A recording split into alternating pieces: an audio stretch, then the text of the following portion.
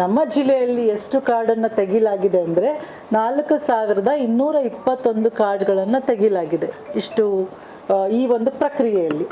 ನಾನು ಹೇಳಲಿಕ್ಕೆ ಇಚ್ಛಿಸ್ತೀನಿ, ಅದರಲ್ಲಿ NPCI ಫೇಲ್ಯೂರ್, DBT ಮಾಡಲು ಬ್ಯಾಂಕ್ ಖಾತೆ ಸಮಸ್ಯೆ ಇರುವ ಪಡಿತರ ಚೀಟಿಗಳ ಸಂಖ್ಯೆ HD ಕೋಟೆ 557, ಹುಣಸೂರು 755, KR ನಗರ 295, ಮೈಸೂರು 3207, ನಂಜನಗೂಡು 1225, ಪಿರಿಯಾಪಟ್ಟಣ 488, ಸಾಲಿಗ್ರಾಮ 301, ಸರಗೂರು 248, ಟಿ ನರಸೀಪುರ 856.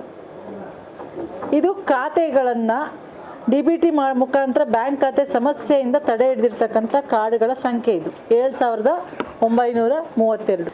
ನಾವೀಗಾಗಲೇ HD ಕೋಟೆಯಲ್ಲಿ ಟೋಟಲ್ ಅಂದರೆ ಸುಮಾರು 64 ಏನು ನಾನು ಹೇಳಿದ್ನಲ್ಲ 6,90,370 ಇದರಲ್ಲಿ ನಾವು ತಾಲೂಕುವಾರು ನನ್ನ ಹತ್ರ ಮಾಹಿತಿ ಇದೆ. ನಾನು ಕೂಡ ಅದನ್ನು ತಮಗೆ ಕೊಡ್ತೇನೆ. ಎಷ್ಟು ತಾಲೂಕುವಾರು ನಾವು ತೆಗೆದಿದ್ದೇವೆ ಅನ್ನೋ ಮಾಹಿತಿಯನ್ನು ಕೂಡ ನಾನು ಸದ್ಯದಲ್ಲಿ ತಮಗೆ ಕೊಡ್ತೀನಿ.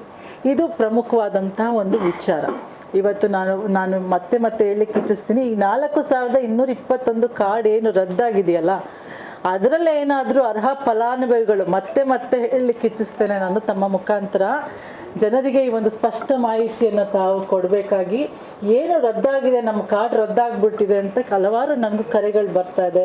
ಪ್ರಾಧಿಕಾರಕ್ಕೂ ಕೂಡ ಕರೆ ಬರ್ತಾ ಇದೆ. ಜಿಲ್ಲಾ ಪಂಚಾಯತಲ್ಲಿ ವ್ಯಾಪ್ತಿಗೆ ಬರ್ತಕ್ಕಂಥ ಈ ಒಂದು 5 ಪಂಚ ಗ್ಯಾರಂಟಿಯಲ್ಲಿ ಪ್ರಮುಖವಾದಂಥ ಅನ್ನಭಾಗ್ಯ ಕಾರ್ಯಕ್ರಮದ ಅಧಿಕಾರಿಗಳಿಗೆ ಕೂಡ ಇದು ಬರ್ತದೆ ಕರೆಗಳು, ನಮ್ಮದು ರದ್ದಾಗಿದೆ ಕಾರ್ಡ್ ಅಂತೇಳಿ. ನಾನು ಮತ್ತೆ ಹೇಳಲಿಕ್ಕೆ ಇಚ್ಛಿಸ್ತೇನೆ, ಏನು ರದ್ದಾಗಿದೆ ಈಗ ಈ ಪ್ರಕ್ರಿಯೆಯಲ್ಲಿ ತಾವುಗಳು ನಿಜಕ್ಕೂ ಕೂಡ ಅರ್ಹರಿದ್ದರೆ ಮತ್ತೊಮ್ಮೆ ಬಂದು ಇದರ ಅರ್ಜಿಯನ್ನು ತಾವು ಕೊಡಬೇಕಂತೇಳಿ ನಾನು ಕೇಳ್ಕೊಳ್ತೇನೆ.